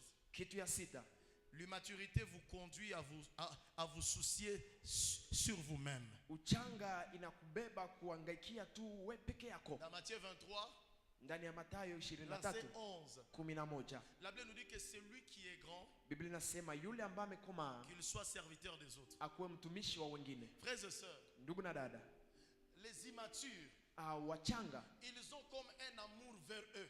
wanakuwa na upendo wao wenyewe au mimi, On me donne moi. wanipatie tu mimi. Tu es en train de déranger ton mari là, on te donne toi, on te Uko na- donne toi, uko on nasumbua te donne mume toi, wako. on te donne toi, on te donne toi. Wanipatie tu mimi, wanipatie tu Mais la mimi. grande question que tu dois te poser, Lakini swali kubwa ambalo inabidi ujiswali, à quand vous allez accomplir les rêves de Dieu? wakati gani utatimiza ndoto ya Mungu?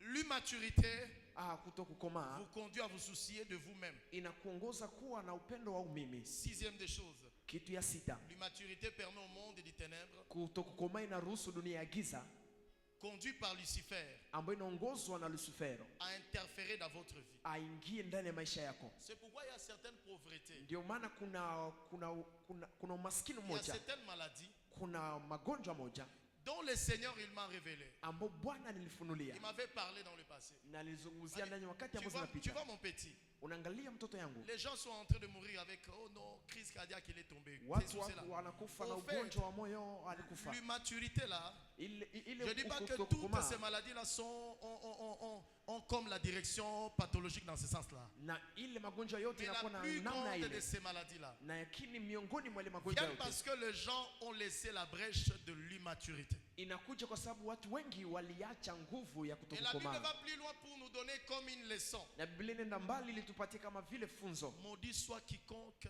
qui Allah tente et qui niwe. prétend mourir Yule. pour un être humain. Ambaye anafikiri kukufa kwa ajili ya mwanadamu Qu'il soit maudit. alaaniwe. Bien-aimé dans le Seigneur, Ndugu na dada ndani ya Bwana, l'immaturité kutokukomaa ouvre la porte au monde des ténèbres. inafungua njia kwa dunia ya giza, Commencez à interférer dans votre vie. ianze kutumika ndani ya maisha À yako, commencer à garder la maladie. na ianze kuchunga À ili commencer kuugua, à garder des histoires compliquées. ianze kuchunga historia Vous tofauti. touchez l'argent, Unagusa pesa mais elle vous échappe. lakini zinakukosa. Vous faites toutes sortes de formes d'aventures. Unafanya yote namna yote ya mchezo. L'immaturité, Uchanga elle vous conduit. inawaongoza, Elle vous conduit à être conduite par le diable. inawaongoza ili mwongozwe na shetani. Et non seulement que le diable, il est content, Hapana tu shetani anafurahi, mais il fait asseoir ce travail. lakini anaketisha ile kazi. Marc chapitre 5 nous parle du fou de Gadara. Marko sura kile ya 5 inatuzungumzia ule Quand kichaa wa vous essayez un Gadara, peu de lire son histoire, na wakati unapima kusoma historia yake c'est que le travail de l'immaturité ni kusema kazi ya uchanga a fait son travail. ilifanya kazi yake. L'immaturité Kutokukomaa est celui qui ne sait pas ce qui est bon pour lui. ni yule ambaye hajui kiapi kizuri Il kwake, ne sait pas ce qui est bon pour lui. kipi kizuri kwake. C'est pourquoi la Bible nous dit dans Luc chapitre 15, Ndio maana Biblia inatuambia ndani ya Luka 15 il ne savait pas ce qui était bon pour lui. hakukuwa anajua kipi kizuri Et kwake, voici ce que il a demandé. na sikile nambo aliomba, Père, donne-moi mes biens. Baba, nipatie mambo yangu, Donne-moi mes biens. nipatie vyangu.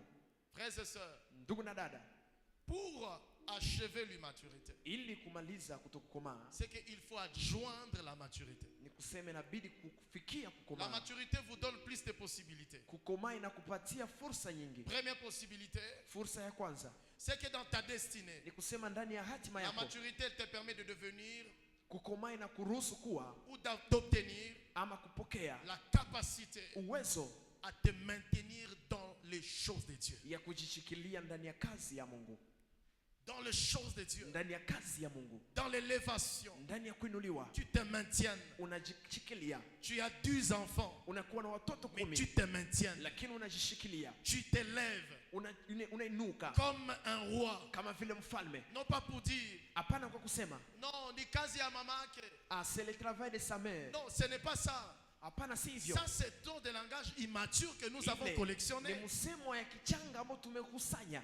Bien-aimé dans le Seigneur, Ndugu na dada ndani ya Bwana, la maturité ukukomaa est cette capacité, inakuwa ile uwezo, cette puissance ile nguvu qui nous aide à nous maintenir dans. ambayo inatusaidia kushishikilia ndani. Je suis élevé. Nimeinuliwa Quand il est 17 heures, wakati ni saa je ne 11, change pas la route. sibadilishe njia. Oh non, Unaona, mais maintenant, ni sasa je dois découvrir c'est quoi le monde. inaomba nitambue ni nini dunia, Je dois aller aussi à Pullman Calavia. na mimi ninapenda niende kwa Bullman Calavia. Non, je dois sortir aussi. Inaomba na mimi nitoke, Je dois sortir. inabidi na mimi Je nitoke, dois découvrir de visages qui existent. inabidi na mimi nitambue nyuso ambazo La zinakuwa. Bible déclare rien de nouveau sur la Biblia terre. inasema hakuna kipya La duniani. Bible déclare contente-toi Biblia inasema furahie wewe de la sémence de ta na jeunesse. ile mbegu ya uchana wako. Si tu n'as pas cette maturité des Écritures, Kama hauna ile kukomaa ya c'est que maandiko, quand tu finis le travail, ni kusema wakati unamaliza kazi, et te voilà, tu entres dans une bonne alimentation. na angalia unaingia ndani ya chakula Tu nzuri, commences une bonne alimentation. ndani ya nafasi Et panzuri, tu commences à voir des bouteilles qu'on a déjà embellies. na unaanza kuangalia machupa ambao washatengeneza Voici vizuri. ce que l'imaturisme te dit. Si kile ambao kutokukomaa utoto inakwambia. Même si que Zambi na kwa kako me haita kwa maichupa. Même si vraiment le péché, mais ce n'est pas dans ceci. Même si que Zambi na kwa kako. Hata kama le péché est là, Haina mwai malibui. mais dans ceci ça n'y est pas.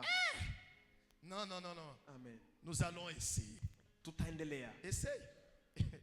Mais ce que tu ne sais pas, Ile ambao hujui c'est que le diable a compris que toi tu n'as pas compris. ni kwamba shetani amelua wewe haujaelewa Il a dhahiri. compris que tu es parti aux études, mais tu n'es pas parti aux études. Amelua ya kwamba ulienda somoni lakini haukuwa somoni. Voici ce qu'on a fait. Si kile ambao alifanya. On a écrit en petit caractère Waliandika na msemo kidogo dans cette bouteille.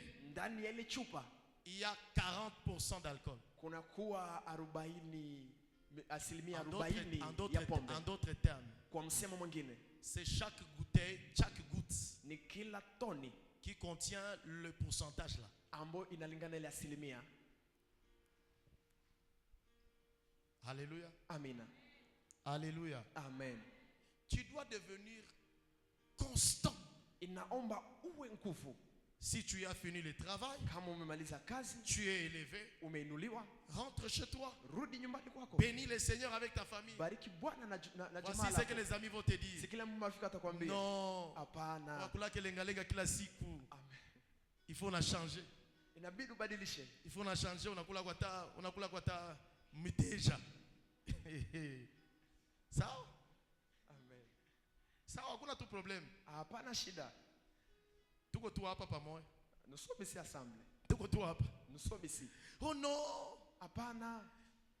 Hayo mbebakia tuna mtu moya. Ce n'est pas possible de rester avec seulement une seule Frère, personne. il y a des mensonges qui sont devenus légaux. Mpendwa, kuna uongo ambao umekuwa Mais si nous rentrons halali. dans la Bible, Lakini wakati tunaingia ndani ya Biblia, Joseph a été vendu à 17 ans. Yusufu aliuzisha ndani ya miaka Il a 17 retrouvé la royauté, la destinée à 30 ans. na alikutanana na ufalme kwa miaka 30. Il a fait donc 17 ans Ni kusema alifanya miaka 17 sans coucher avec une femme. bila kukamatana na mwanamke. Je me lever ma main pour dire à quelqu'un, Nilipenda niwe mkono wangu uniambie mtu c'est un mensonge ni ukuongopa où plusieurs personnes ont déjà cru ambapo watu wengine et que tu ne peux pas faire 2 ans ya kwamba usifanye miaka sans mbili coucher avec quelqu'un. bila kukamatana na Tu ne mtu peux pas faire 5 ans. usifanye miaka Et 5 puis, on va te bombarder avec non, tu deviendras malade. kisha watakwambia Oh non, utagonjwa. tu auras des myomes. Hapana, utagonjwa. Que c'est un médecin qui te dira ça, qu'il soit maudit lui aussi. Wale wanganga watakwambia vile walaaniwe. Joseph a fait 17 ans. Yusufu alifanya 15, Il n'a pas fait la masturbation. yeye Il n'a pas fait la mwenyewe. masturbation. Hakujitoshelea Sinon mwenyewe. la Bible on aurait parlé. Pengine Biblia ingesema Parce que quand il arrive devant la femme kwa de sababu wakati Potiphar, anafika mbele ya mwanamke wa voici Potifa, ce qu'il lui dit. si kile ambacho anasema, Comment pécherai-je contre mon namna Dieu? gani nitafanya dhambi na Mungu Comment wangu? ferai-je pareille chose Namna contre gani mon Dieu? nitafanya mambo namna hii na Mungu wangu? Il savait l'importance du corps. Alijua Il umuhimu wa mwili. connaissait la valeur du corps. Alijua umuhimu wa Dont mwili. l'apôtre Paul va Ambao dire, mtume Paulo atasema, ne savez-vous pas que vos corps sont les temples du hamjui ya Seigneur? kwamba mili zenu ni hekalu za Bwana. Il savait c'est quoi la portée du temple. Alijua ni nini C'est pourquoi il ne s'est pas compromis. ndio maana hakujishawishi. Aujourd'hui, Leo les hommes dans le mariage, wanaume ndani ya ils ndoa sont dans la masturbation. wanakuwa ndani ya Les femmes kujitosheleza sont dans le wenyewe. lesbianisme. Wanakuwa ndani ya kujitosheleza Quelle wenyewe. honte! Ni haya Et gani? puis on s'est dit on va à l'église. Kisha baadaye wanasema tunaenda Je kanisani. prie ce matin Ninaomba siku ya que leo Dieu, Mungu, le Dieu de la Bible, Mungu wa Biblia, le Dieu éternel, Mungu wa milele perce ton cœur aingie et ndani ya que tu moyo wako reviennes à la maturité. na urudie kwa kukomaa. Oh non, Hapana, parce que mon mari ne me satisfait pas. kwa sababu mume wangu hanitoshelei, Il faut que je cherche l'équivalise. inaomba nitafute wa kumsaidia. Je prie pour ces jeunes ici. Ninaomba kwa wale wa Tu vijana, ne seras pas l'équivalise de quelqu'un. hautakuwa Mais toi, mtosheleji tu wa diras à mwingine. cette personne, Ninaambia ule mtu, je suis une destinée niko hatima de révélation et de rêves. ya ufunuo wa Je ne ndoto. pécherai pas contre Dieu. Sitafanya dhambi kinyume na Je Mungu ne wangu. pécherai pas pour l'huile. Sitafanya dhambi kwa Je ne ajili ya pécherai mafuta. pas pour le minerval. Sitafanya dhambi kwa sababu ya Même bei si ya on me chasse masomo. aujourd'hui à Hata l'école. kama wananifukuza Mais leo cela n'est somoni. pas fini pour Lakini Dieu. ile inamalizika Car kwa mon Mungu. histoire n'est Kwa pas dans sababu les chassés historia à yangu haiko l'école. ndani ya Mais mon msomo. histoire est dans Lakini l'éternel historia yangu qui a ndani ya Bwana, gardé sa fidélité à ma ambaye faveur. anakuwa na Je uaminifu peux kwa être ajili yangu. chassé à l'école. Ninaweza Mais fukuzwa cela ne veut somoni. pas dire que je suis moins Lakini intelligent. sikusema mimi Je sina peux akili. être chassé au Ninaweza travail. fukuzwa Cela ne veut pas kazini. dire que je suis moins Lakini intelligent. sikusema sina Je akili. peux être chassé Ninaweza comme fukuzwa locataire. ndani Mais ya cela ne vitu. veut pas dire que je suis moins Lakini intelligent. sikusema mimi Mais sikuwa cela sina ne veut pas akili. dire que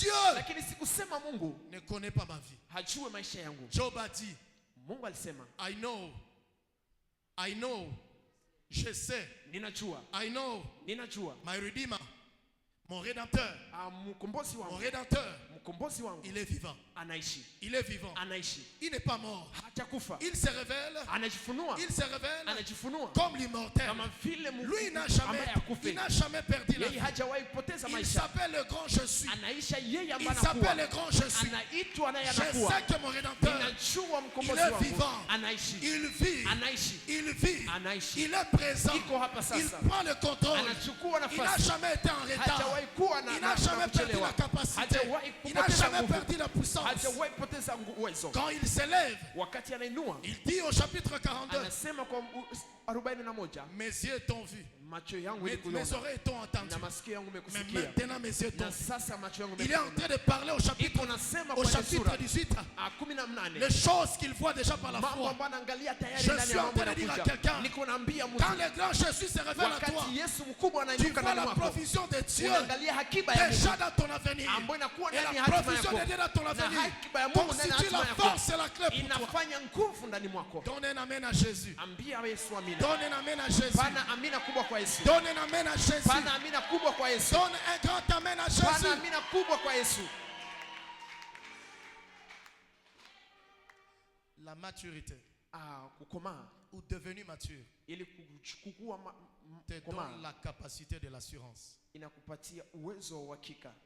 Quatrième des choses, Kitu ya nne, la maturité kukomaa te donne la capacité du calme, inakupatia uwezo wa kuwa na uhuru, te donne la capacité de la stabilité. inakupatia uwezo wa kutokuwa na changamoto. Septième des choses, Kitu ya saba, c'est que la maturité ile ambayo kukomaa elle vous permet de discerner. inakuruhusu kutafakari. La plupart des personnes, Miongoni mwa watu wengi vous n'avez pas la force. hamuna nguvu, Parce que dans Matthieu 23, kwa sababu ndani ya Mathayo la 23 Bible déclare, Biblia inasema c'est que le mature, ile ambayo mchanga il discerne anatafakari le mouvement par lequel, namna ambayo namna ambayo Dieu, Mungu il rend leur vie stable. anafanya maisha yao kuwa na uhuru. C'est quel mouvement? Ni namna gani? Dans Matthieu 23, Ndani ya Mathayo il dit 23 que, anasema le verset 11, kwa sura kile voici ce que la 11, Bible déclare. sikila Biblia inasema Le plus grand parmi vous mkubwa miongoni mwenu sera votre serviteur. ndiye atakuwa mtumishi wenu. Ce qui révèle que tu es encore immature, Sema ile ambayo inaonyesha uko c'est mchanga parce que toi tu penses que ni kwa sababu unadhani ya Dieu, kwamba il t'appelle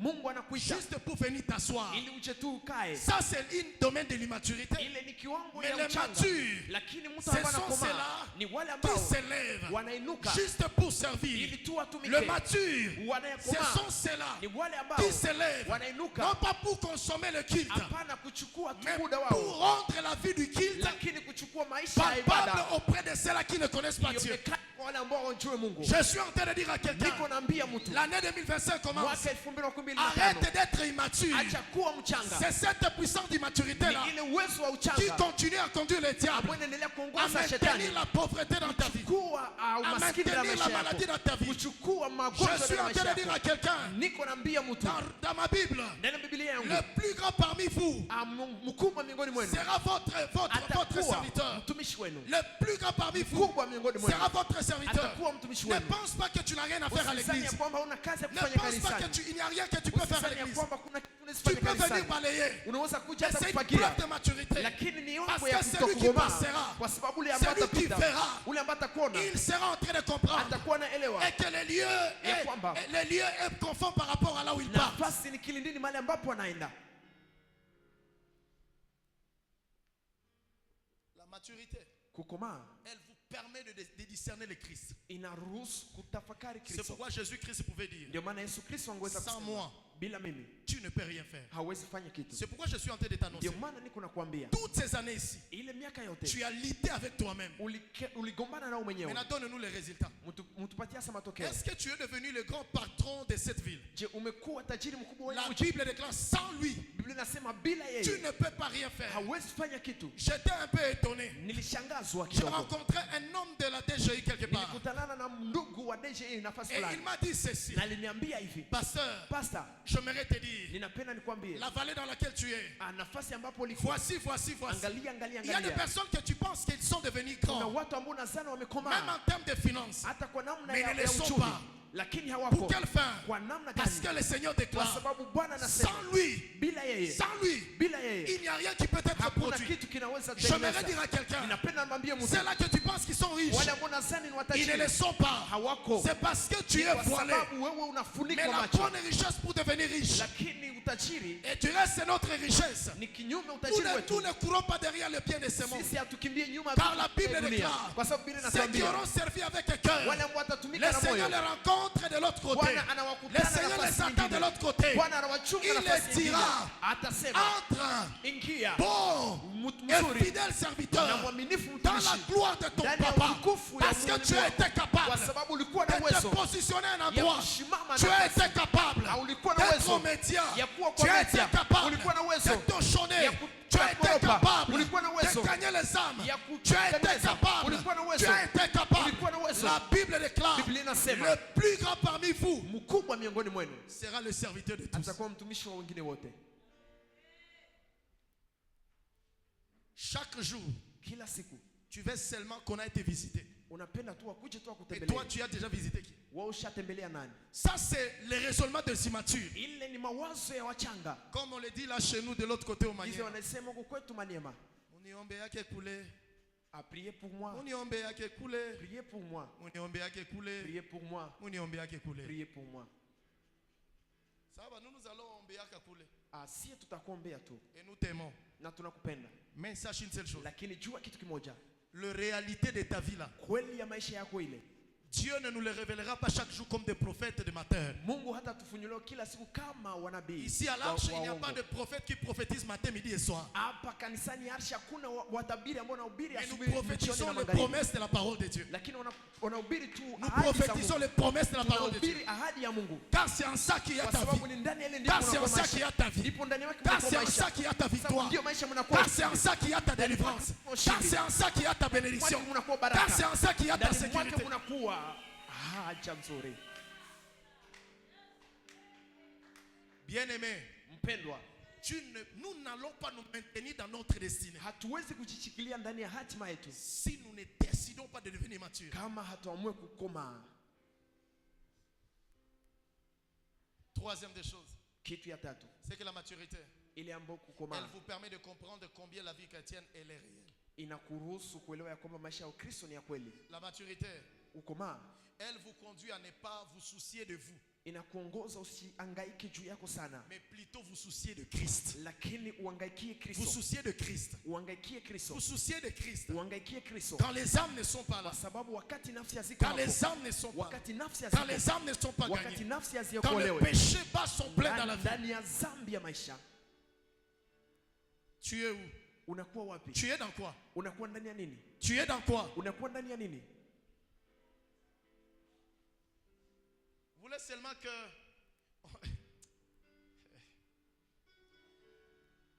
J'aime vous le dire, hein, Ninazoea kuambia, mais béni soit Dieu. lakini abarikiwe Mungu. Je ne peux pas faire ça. Siwezi kufanya hivyo.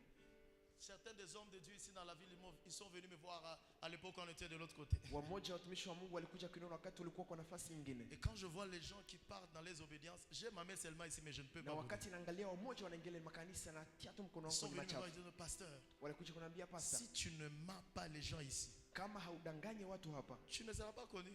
hautawapata. J'ai regardé, Niliangalia tu j'ai dit, iyo badukwe. kisema, oh no no. Sasa, mbona watu wanakuwa wanapiga kule maisha wanasema kumbe sasa. Twende tu mbele. Twende tu, quoi ta problème? La maturité, Kukoma elle vous révèle inawafunulia comment on avance spirituellement. namna gani mtu anaendelea kiroho. C'est lorsque Ni wakati on s'occupe des autres. unashughulikia wengine. Et je voulais ajouter ceci ce matin. Na nilipenda niongeze hii hapa asubuhi ya leo. Tant que tu n'étais pas encore soucié des autres, Wakati ambapo hauhangaikie wengine, ton histoire n'avancera pas. historia yako haitaendelea, Ta famille n'avancera pas. jamaa lako halitaendelea, Ton pays n'avancera pas. nchi yako haitaendelea. Mm-mm. Hapana, Mais tu vas faire les efforts pour toi-même. lakini utajifanyia nguvu wewe mwenyewe.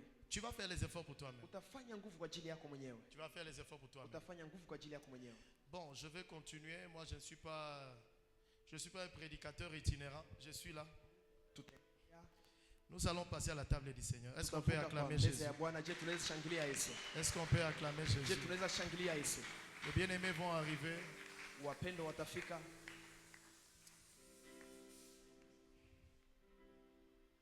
On va se mettre debout. On va Na bénir le Seigneur. tutashimama.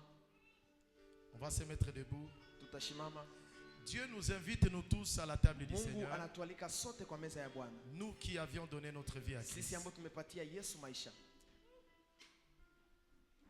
La Bible déclare, Biblia inasema, prenez le corps et le sang mchukue mwili na damu avec discernement. pamoja na utafakari mkubwa. Beaucoup de personnes ont écouté cette parole comme le Seigneur chasse les gens à ne pas s'approprier de la table du Seigneur. Wengi wamesikiliza ile neno kama vile Bwana anafukuza watu wasikamate meza ya Et Bwana. on a interprété pour beaucoup de gens vraiment cette parole où l'apôtre Paul est en train de dire c'est pourquoi au milieu de vous il y a des infirmes, il y a des malades et tout et comme Na ça. wanatafsiri ndio maana katika neno mnakuwa vilema, mnakuwa watu waole. Le mot sans discerner, Ile neno bila qui veut kutafakari dire dans ma Bible diakreno, ambayo natafuta sema ndani ya Biblia yangu diakreno, a comme approche. kama vile shurti. Lorsque vous prenez le corps et le sang à la même hauteur, Wakati mnachukua damu na mwili kwa namna moja, vous n'allez pas expérimenter. C'est pourquoi Dieu il a donné à l'église pour qu'ils se maintiennent dans leur destinée. hamutaishi ile ambayo Mungu alipatia kanisa ili Wakristo wajichikilie ndani ya maisha. Pour l'année prochaine, je vais prendre du temps à passer et à prêcher autour de certaines vérités liées à la table du Seigneur. Ndio maana mwaka ambao unakuja nitachukua wakati nikihubiri kile ambacho inaambatana na meza ya Bwana. Le Seigneur, il sait que tu dois tenir ton parcours. Bwana anajua kwamba inabidi ushikilie mwito wako. Mais dans ton corps, Lakini ndani ya mwili wako, dans ta chair, ndani ya mwili wako, là c'est mieux. Il y a les éléments qui ont comme tendance à te retirer derrière. kwa sababu kuna mambo inakuwa kama vile napende kusukume nyuma. Et ne te valorise pas à comprendre l'importance de se convertir à Dieu. Na haikupatie thamani ya kuokoka ndani ya Mungu. C'est pourquoi la première des dimensions qu'annonce la table du Seigneur. Ndio maana moja ya kiwango ambayo inaonesha meza ya Bwana. Premièrement, nous annonçons le retour du Seigneur. Ya kwanza tunashuhudia ujio wa Yesu Kristo. Mais deuxièmement, Na ya pili, c'est que il faut que ces gens qui attendent le retour du Seigneur inaomba wale watu ambao wanachunga kurudi kwa Bwana, doivent être dans un corps saint. inaomba wakuwe ndani ya mwili Ils ne mtakatifu. doivent pas mourir de maladies par lesquelles meurent les Philistins. Hawawezi kufa na magonjwa ambayo miongoni mwao wa Filistini walikufa nayo. Leur mariage, leur bureau ou leur élévation ne doit pas mourir par les maladies qui font mourir les autres. Ndoa zao, makampuni, vyote haviwezi kufa na magonjwa Oh non, ambayo tu walikufa es nayo. entré dans le bureau et puis tu as attrapé AVC. Hapana, uliingia ndani ya kampuni na umechukua magonjwa Toi, ya dans moyo. ton bureau, tu n'attrapes pas l'AVC. Wewe ndani ya kampuni yako hautagonjwa moyo. Tu peux être malade. Unaweza gonja. C'est que le mot diacréno veut dire séparément. Ni kusema ile neno diakreno Et tunasema chaque élément, kutenganisha. elle détient le pouvoir et la puissance. Tout dépend du niveau de foi que tu élèves. Na kila kimoja chake kinakuwa na uwezo na inalingana na mamlaka ambayo Alors nous inaonyesha. voulons dire à tout et chacun de nous, Na tunapenda kuambia kila mmoja wetu, c'est le meilleur moment de raligner ta vie à la guérison. ni wakati mzuri wa kuongoza maisha yako kwa uponyaji. Si vous êtes en ligne Kama uko kwa mtandao et que tu nous suivais pendant des semaines, na ulikuwa unatufuata kwa hizo juma mbili, tu peux, à la lumière de la parole de Dieu, réunir les éléments et quand nous serons en train de prier, tu vas prendre avec nous. unaweza kamata mambo fulani wakati tutakuwa naomba na tutafurahia wote pamoja. La nuit avant que le Seigneur ne fût livré, Usiku mbele Bwana atolewe, il réunit les disciples akakusanya wanafunzi dans la chambre, la chambre qui était préparée, ndani ya chumba ambacho kiliandaliwa, où il institua la Sainte Seine, mahali ambapo alizindua meza ya Bwana, le lieu où même Judas ne connaissait pas. mahali ambapo Yuda hakujua. Seigneur, Bwana, tu as pris le pain, ulichukua mkate tu as chanté des cantiques de louange na ukaimba nyimbo za sifa et tu as dit, ceci est ton na corps. ukasema hii ni mwili wangu. Père, Baba, ce matin, il y a des gens qui traversent des réalités dans leur corps, asubuhi leo kuna watu ambao wanapitia kweli ndani ya mili zao, de réalités insoutenables.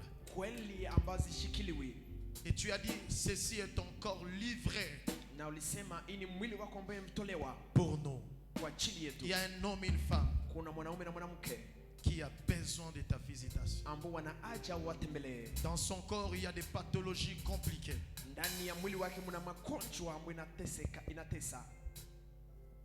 Tu as dit, prenez mon corps Na ukasema mchukue mwili wangu pour votre bénédiction. kwa ajili ya baraka zenu. Je déclare ce matin, Ninakiri asubuhi ya leo, quiconque s'approchera à la table du Seigneur, yule ambaye atasogelea meza ya Bwana, peu importe les réalités dans son corps, ingawaje kweli ya mwili wake, il obtient la vie de Dieu. apokee maisha ya Mungu, Car il est écrit, kwa sababu imeandikwa, par tes maîtres ici, kwa kupigwa kwako nous sommes guéris. sisi tumeponywa.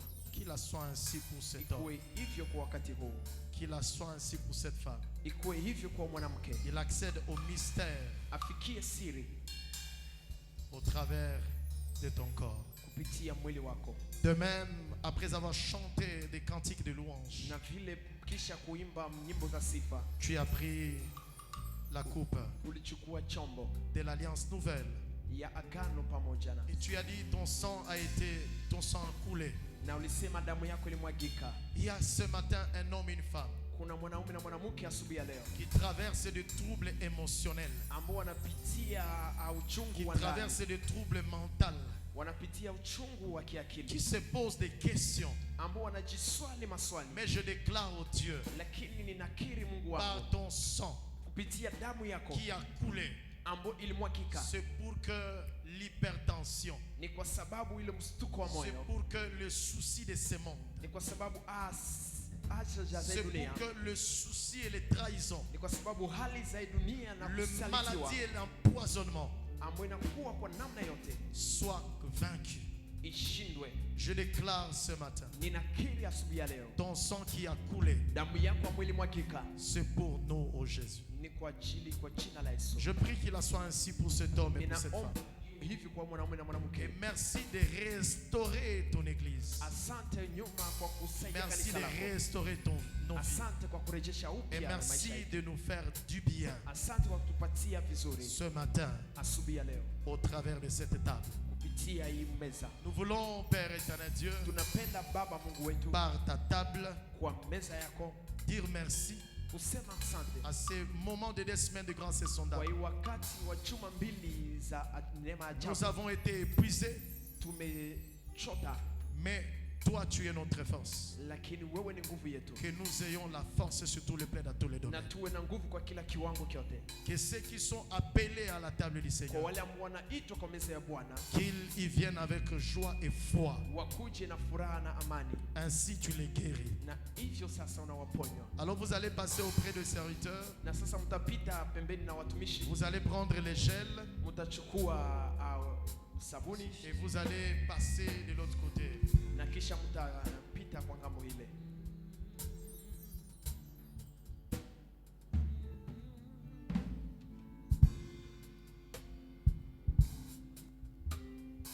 C'est un moment de joie, on se met debout. C'est un moment de joie, ce n'est pas un moment de deuil.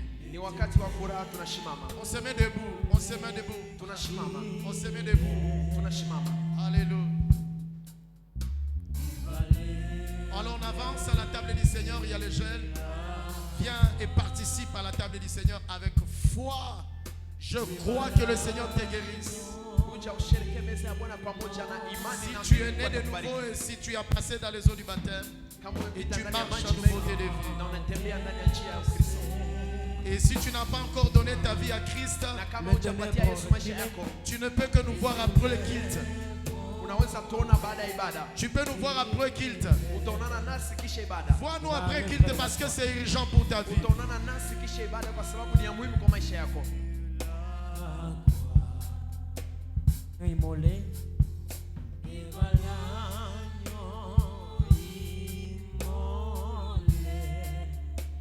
et le sang versé pour moi. Il est sans versé pour moi. Encore une fois, le ténèbre reculé. Le ténèbre reculé Devant l'œuvre de la croix.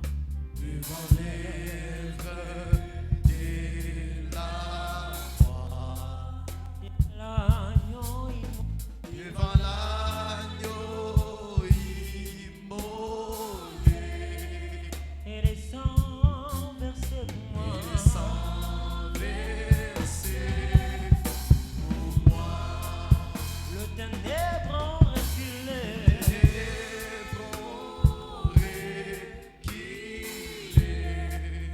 Devant l'œuvre de la croix. Devant l'œuvre de la croix. Devant l'agneau immolé. Devant l'agneau immolé. Et le sang versé pour moi. Le sang Versé pour moi. pour Et tous les anges aussi.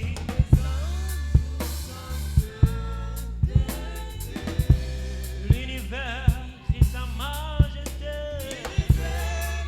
sa majesté. Chante gloire, gloire. Gloire et puissance. Force et louange à l'agneau immolé. À l'agneau immolé. Tous les anges, tous les anges. Tout ça c'est été. L'univers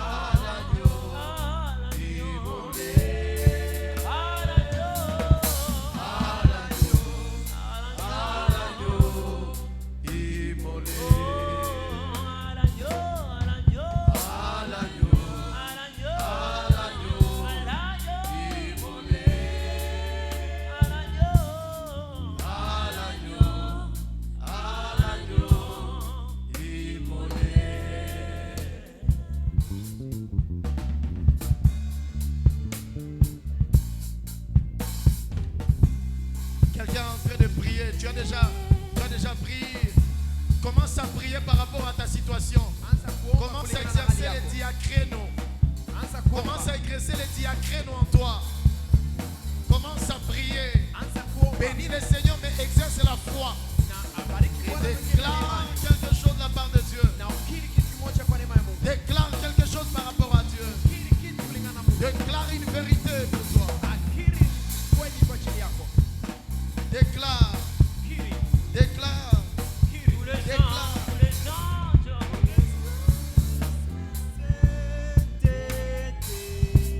l'univers et sa majesté.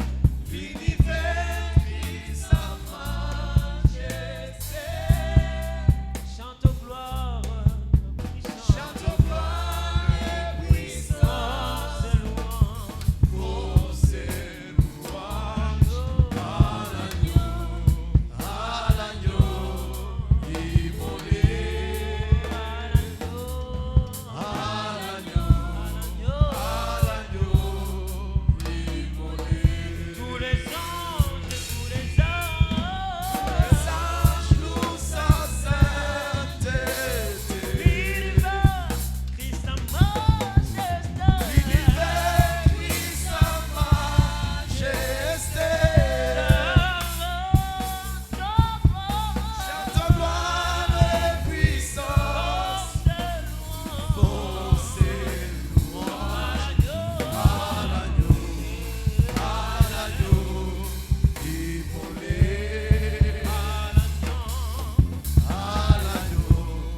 À l'agneau immolé. Tous les anges louent sa sainteté. L'univers crie sa majesté. Chante aux gloires et puissance. Force et louange à l'agneau immolé. À l'agneau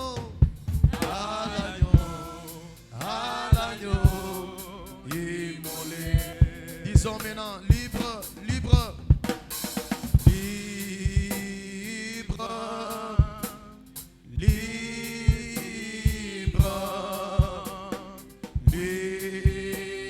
libre, Dieu puissant, vivant, vivant, vivant, tout puissant, tout puissant, tout puissant, Dieu vivant, Dieu tout puissant, tous les anges louent sa sainteté. L'univers, on est debout, on est debout, on est en train d'apprécier le Seigneur. Chante aux gloires et puissance. Force et louange à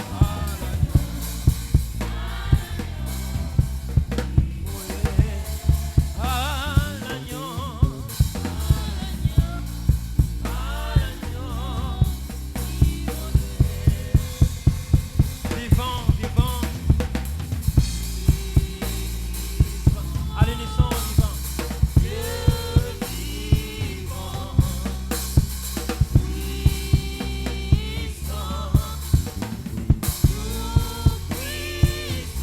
Vivant, tu le vois.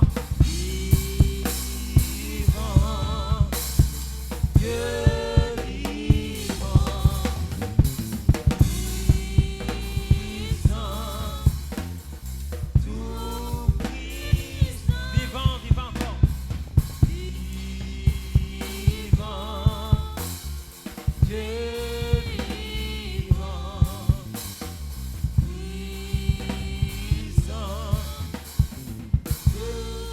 Une fois encore, Dieu vivant, Dieu tout puissant.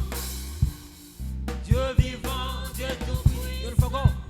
Tous les anges louent sa sainteté.